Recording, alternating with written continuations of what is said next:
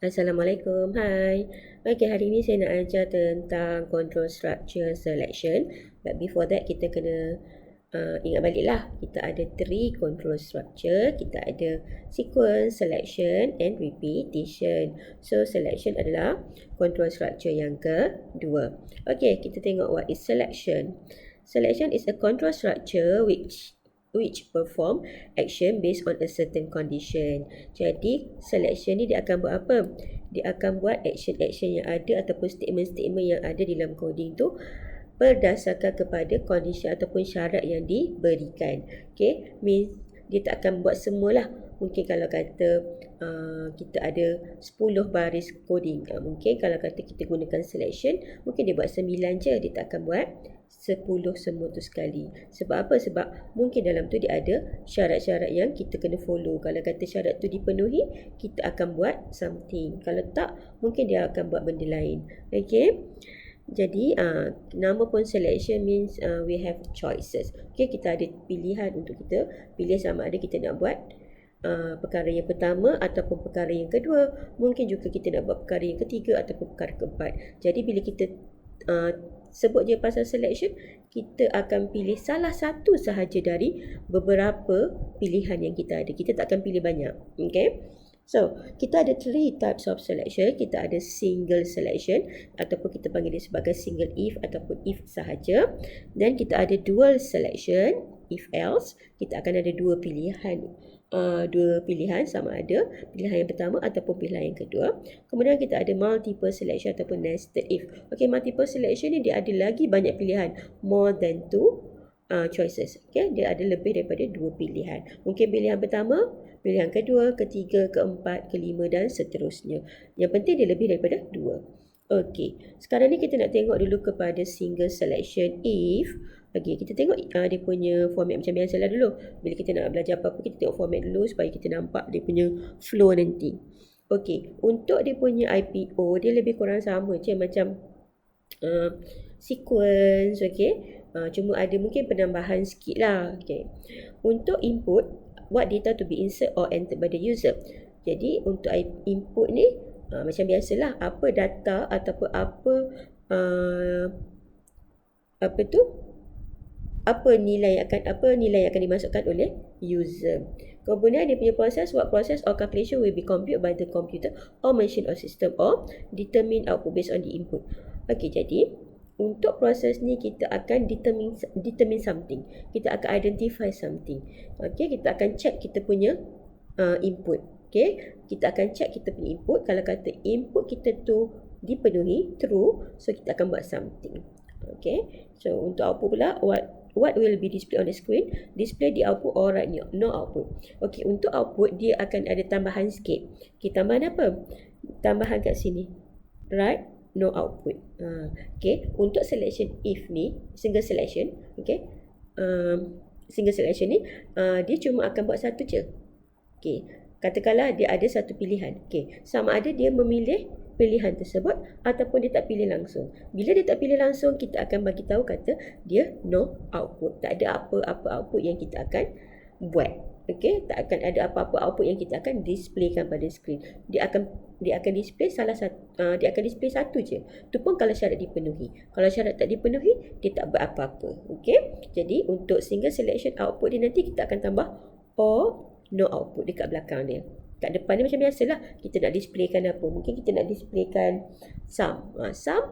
Lepas tu kita tambah kat belakang or no output. Jadi sama ada kita akan keluarkan nilai untuk sum tu ataupun dia tak ada apa-apa yang kita akan buat. Itu adalah IPO. Kemudian kita tengok pseudocode. Okay, pseudocode start as usual lah, start input. Okay, kita masuk ke input kita dan kita buat if condition. Ni dia ada if pula guys tu. Kalau macam sequence saya tu dia tak ada if apa semua kan. Tapi untuk selection kita akan gunakan word if and if.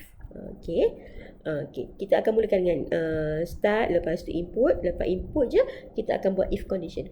If condition kita ni adalah syarat yang kita akan check. Okay, so syarat kita ni, condition ni akan berdasarkan kepada input. Katakanlah kita ada 2-3 input. Contohnya 2-3 input kan. Awak kena pilihlah mana satu input yang awak akan gunakan untuk condition. Tak semua input kita akan jadikan sebagai condition. So kalau kata condition ni, dia punya syarat ni kita check dan syarat tu betul. Means true. Okay, dia akan buat statement. Dia akan buat this one. Statement. Dia akan buat statement. Kenapa saya buat statement ada bracket S? Bermaksud dalam statement tu boleh jadi macam-macam. Dia boleh jadi input, dia boleh jadi proses, dia boleh jadi output. Dia boleh ada macam-macam. Okay? Mungkin kita nak input lagi benda lain. Boleh, tak ada masalah. Kita nak buat calculation. Boleh. Kita nak output sahaja pun boleh. Ataupun kita nak buat combination semua tu. Tak ada masalah. Depends on kepada soalan. Okay. Saya buat dia ke dalam sikit. Saya buat indentation sikit untuk statement tu. Sebab apa? Sebab kita nak bagi tahu statement tu adalah kepunyaan syarat yang true. Okay. So yang indentation statement tu adalah syarat yang kita kata sebagai true. Syarat dia dipenuhi. So, lepas je habis kita dah buat IPO tu, kita dah buat statement tu, so kita akan tutup kita punya syarat true tu dengan and if. Means kita dah stopkan kita punya if kita. Lepas tu, habis and if tu, kadang-kadang bawah and if tu dia ada benda lain lagi. Mungkin kadang-kadang ada benda lain, kita boleh tambah lah. Ataupun kalau dia tak ada, kita terus stop.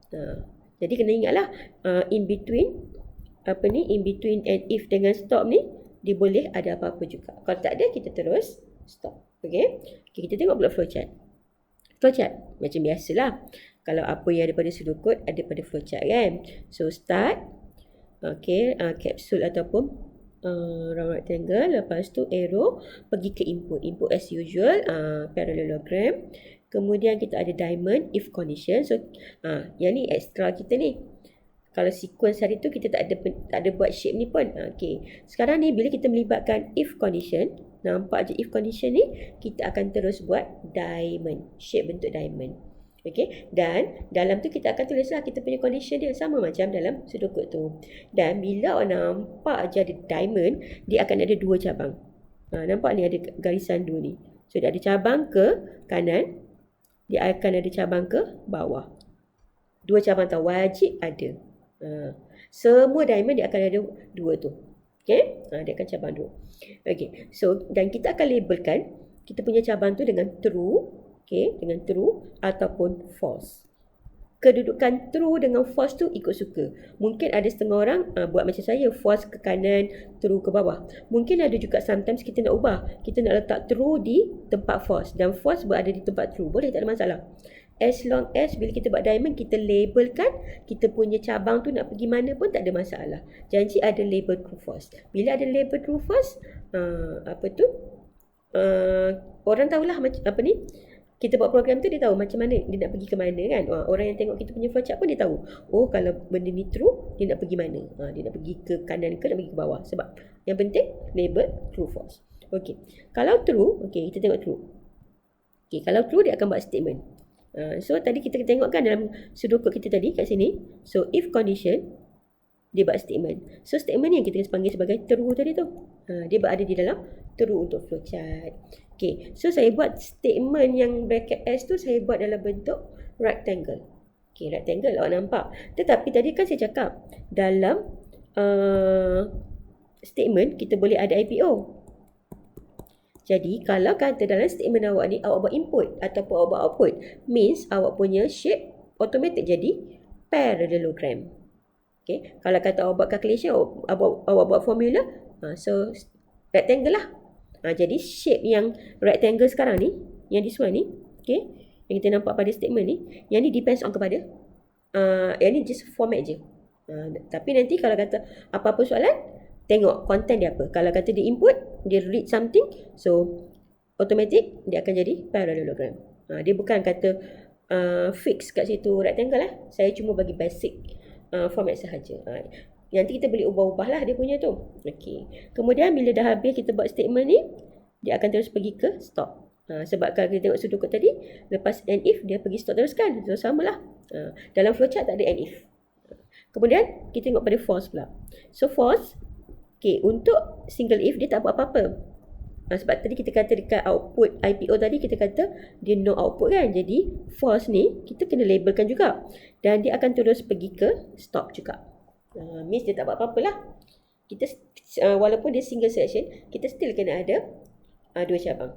Nampak je diamond ada 2 cabang. So kalau kata true, kita buat something, then kita go to seterusnya lah, ataupun terus ke stop. Kalau false, dia terus pergi ke stop.